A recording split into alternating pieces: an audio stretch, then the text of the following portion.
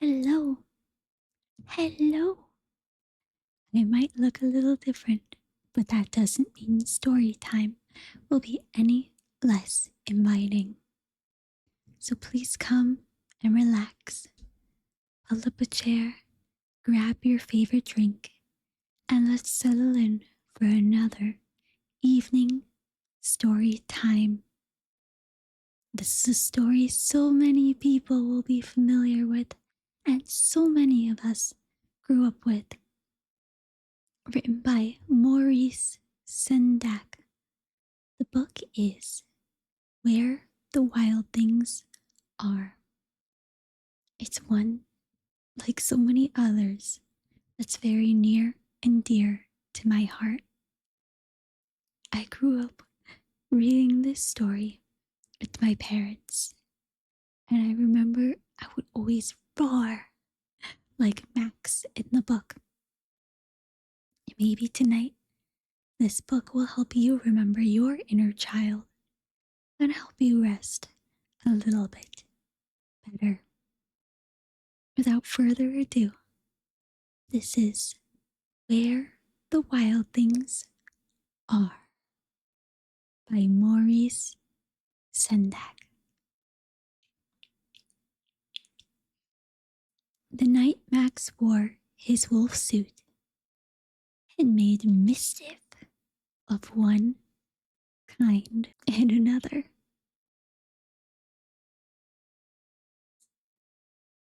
His mother called him Wild Thing, and Max said, "I'll eat you up." So he went to bed without eating much of anything. That very night, Max's room grew into a forest and grew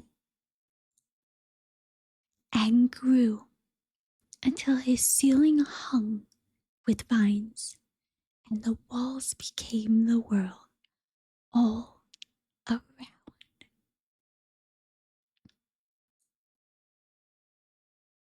And an ocean tumbled by with a private boat for Max, and he sailed off through day and through night, and in and out of weeks, and almost over a year, to where the wild things are. And when he came to the place where the wild things are, they roared their terrible roars and gnashed their terrible teeth and rolled their terrible eyes and showed their terrible claws. Till Max said, "Be still," and tame them with the magic trick of staring into their yellow eyes without blinking once. And they were frightened. And they called him the most wild thing of all, and made him king of all the wild things. And now, cried Max, let the rumpus start. They howled and laughed and played through the night. They climbed trees and danced their terrible dance until dawn broke over the horizon.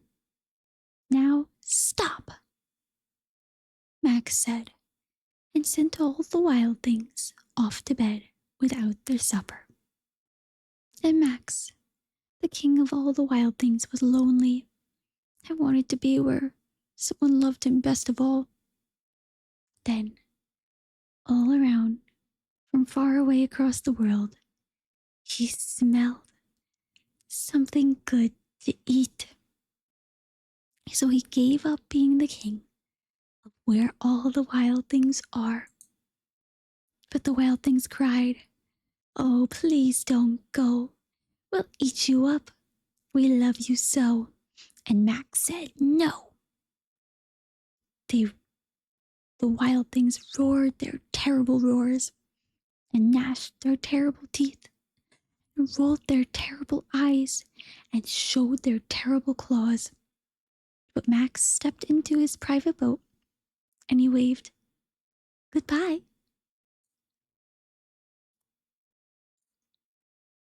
and sailed back over a year and in and out of weeks and through a day and into the night of his very own room, where he found supper was waiting for him,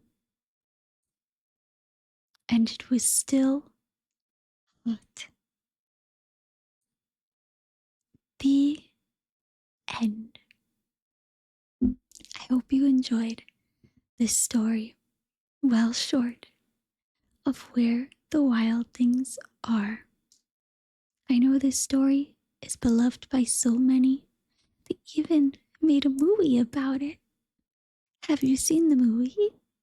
You should let me know in the comments below whether you've seen the movie or not, and whether or not you remember reading this book growing up.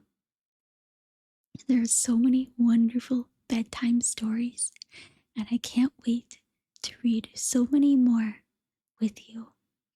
I hope that you'll continue to support my small ASMR channel by hitting the subscribe button below and turning on the notification bell so that you know when new story times are uploaded. Thank you so much for joining me tonight. I hope that you enjoyed the short retelling of where the wild things are. Goodbye, good night, and wherever you are in the world, I hope you can rest peacefully.